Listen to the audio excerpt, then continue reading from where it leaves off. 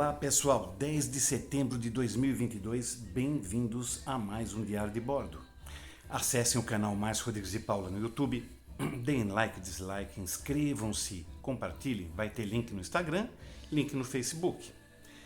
Que semaninha, hein, gente? Tivemos aí as comemorações do bicentenário da nossa independência, né? E também a morte de Elizabeth II.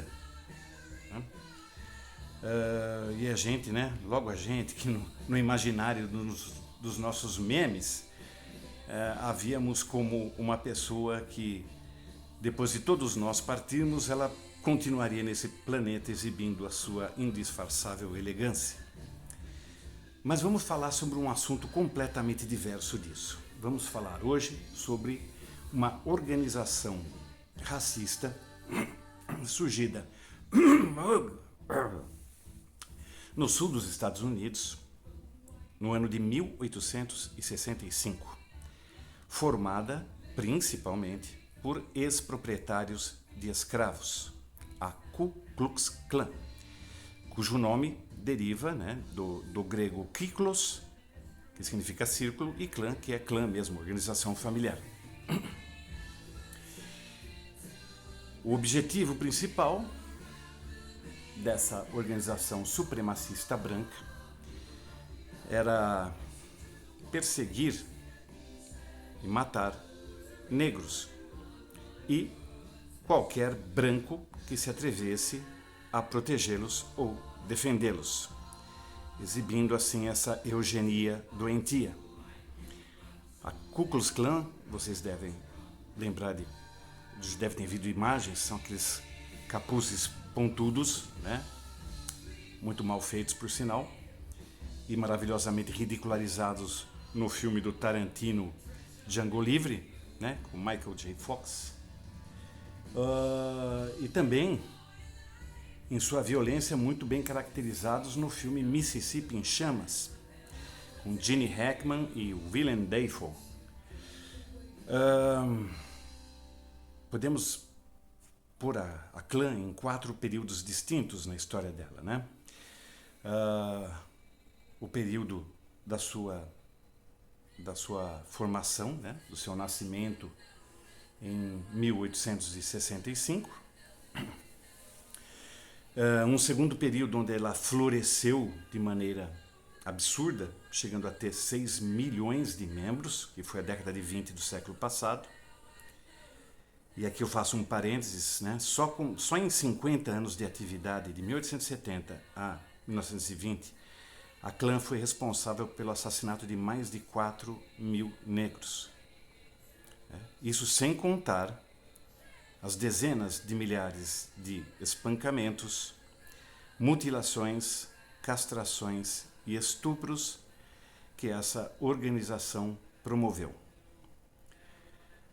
Teremos aí um terceiro período, né, onde ela recrudesceu suas atividades terroristas, né, inclusive com atentados à bomba em igrejas batistas, né, compreendido no final da década de 50 e toda a década de 60.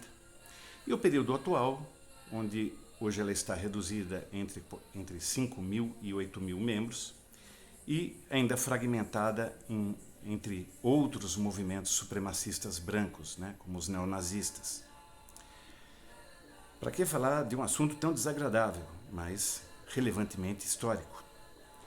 Porque o grande cretino, o candidato a presidente, né, o descondenado Luiz Inácio Lula da Silva, perpetrou um dos maiores crimes de difamação que uma figura pública pode aplicar em seu próprio povo. Ele comparou, nesse comício de Nova Iguaçu, os manifestantes do 7 de setembro, né, as dezenas de milhões de famílias, de negros, de brancos, de pobres, de ricos, de gays, de héteros, seja lá o que for, de empregados e desempregados, de trabalhadores, solteiros, casados, né, comparou-os a membros da, segundo as palavras dele, Ku Klux Klan.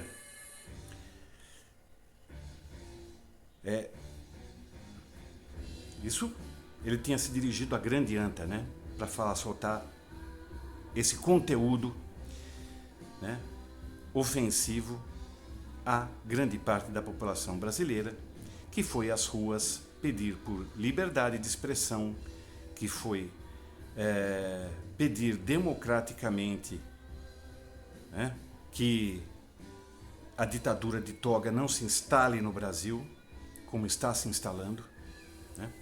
E vocês acham, por exemplo, que ele falou isso da cabecinha decrépita dele, né? Aliás, ele é possuidor não só de um corpo decrépito, que a decrepitude é inevitável para todos nós, né? Física, mas o que é de se lamentar é a decrepitude da alma. Esse sujeito, Lula, ele tem uma alma decrépita, né? E ele só falou isso porque ele se sentiu escorado em alguns togados que declararam aí, né?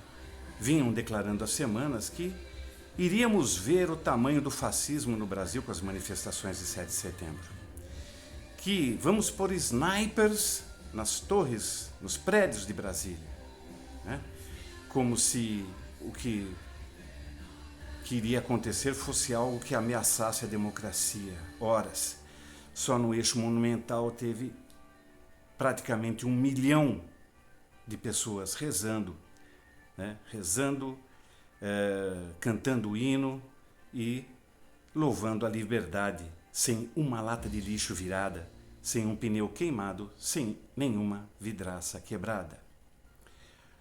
O grande canalha Lula deveria ser processado por cada um dos brasileiros, dos milhões e milhões de brasileiros, né, que participaram das manifestações de 7 de setembro. Nós somos um povo que trabalha, né, ao contrário deste grande vagabundo chamado Luiz Inácio Lula da Silva. Eu vou deixar vocês aqui com uma indicação de receita. Cuscuz marroquino com lâminas de amêndoas torradas e molho de iogurte, que deve cair muito melhor do que lula com chuchu, né? Aliás, lula com chuchu não deve formar um dos mais agradáveis bolos fecais. E uma indicação musical. God Save the Queen, no arranjo da banda britânica Queen, uma gravação de 1975 do álbum A Night at the Opera. Fiquem então com essa homenagem à rainha que se foi. Até o próximo Diário de Bordo e som na caixa, meu amigo.